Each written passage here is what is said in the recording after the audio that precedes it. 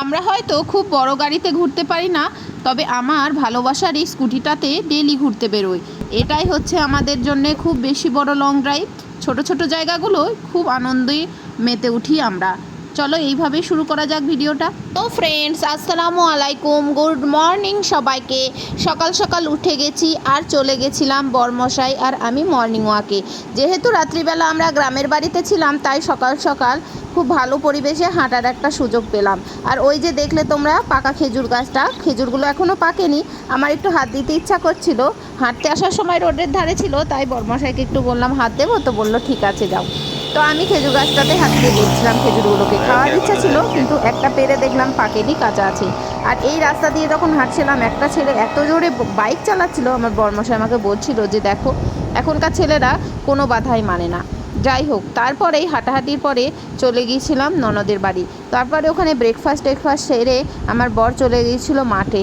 পাটের বইটা একটু নিয়ে দিয়েছিল। আর আমার ননদের বাড়ি একটা গরু ছিল, আমাদের ওই গরুটাকে ঘাস খাওয়ানো, কিছু ঘাস আনতে গেছিলো। আর মাঠে প্রচণ্ড রোদ গরম, দেখো রোদে পুরো ঝলসে যাচ্ছে, আর এত ঘাম হচ্ছিল তার ঠিক নেই।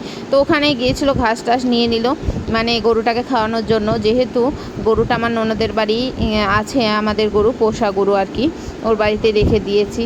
তো গরুটা খুব শান্ত স্বভাবের আমাদের। যাই হোক, তাকে খাওয়ানোর জন্য ডেলি ঘাস পাতা কিছু একটা নিয়ে যেতে হয়। তো এইভাবেই দেখো ডেলি আমার বর আমাদের বাড়ি থেকে যায় আর ঘাস টাস কেটে দিয়ে আসে যতদিন বাড়ি থাকি। তো দেখো রোদের মধ্যে বসে বসে ঘাস কাটছে, অভ্যাস তো নেই, তবুও চেষ্টা করছে। বলছিল ছোটোবেলায় করেছি। আর এই যে রাস্তাটা দেখছো, এখন বাজে 10টা বা 11টা। আমরা ঘাস টাস কেটে আসার পর আমার বর বললাম চলো একটু ঘুরে আসি, এখানে তো কোনো কাজ নেই। আর শ্বশুর বাড়ি আসলে তো রান্না বান্না ঝামেলা থাকে না। সামনের পরিবেশটা কতটা সুন্দর, দুদিকে গাছ সবুজ।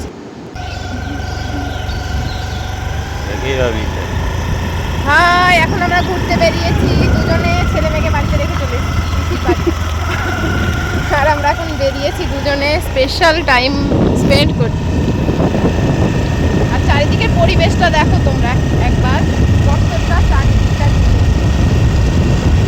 আর আমি স্কুটি চালিয়ে আমার বরকে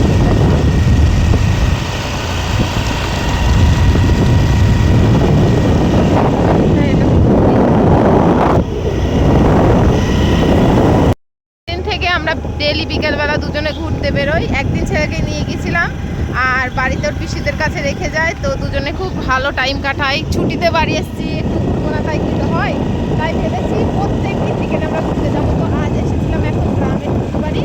তো আমার বড়মশাই বললো যে চলো ঘুরে আসি। তো দুজনে আবার বেরিয়ে পড়েছি। ছেলে মেয়ের শ্বশুর বাড়ি আছে, তো যদিও খেলা করছে, ওরা দেখেনি। দুটো মানুষ কত ঘুরতে পারে একই দিনে। আমরা দু জায়গায় ঘুরতে গেলাম। সকালে তো তোমরা দেখলেই বেদবেরিয়ার রাস্তায় গিয়েছিলাম, আর এখন রানাবন্দের।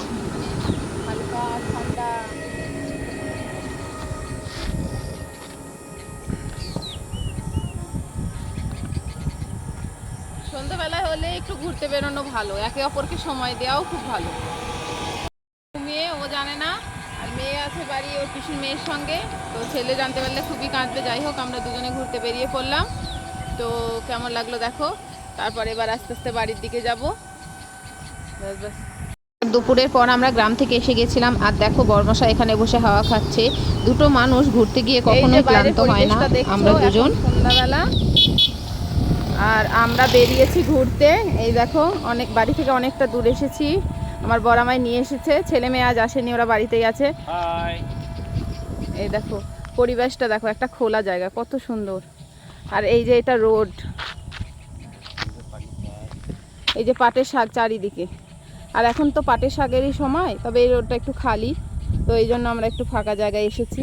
জায়গাটা কেমন লাগছে একবার দেখো। ওই দেখো মাঠ, কত মাঠ। একই দিনে দুটো জায়গায় ঘুরতে গেলাম। অবশ্যই এগুলো বড় জায়গা না, রাস্তাঘাটের মতো একটা জায়গা। আর ছোট জায়গা, একটা গেছিলাম বেদবেরিয়ার ওই রাস্তাটায়, আর একটা গেছিলাম রানাবন্দির রাস্তাটা। তো ছোট জায়গাগুলো তোমাদের কেমন লাগলো কমেন্ট করে জানিও। এইভাবেই আমার সাথে থেকে যেও। Bye bye friend.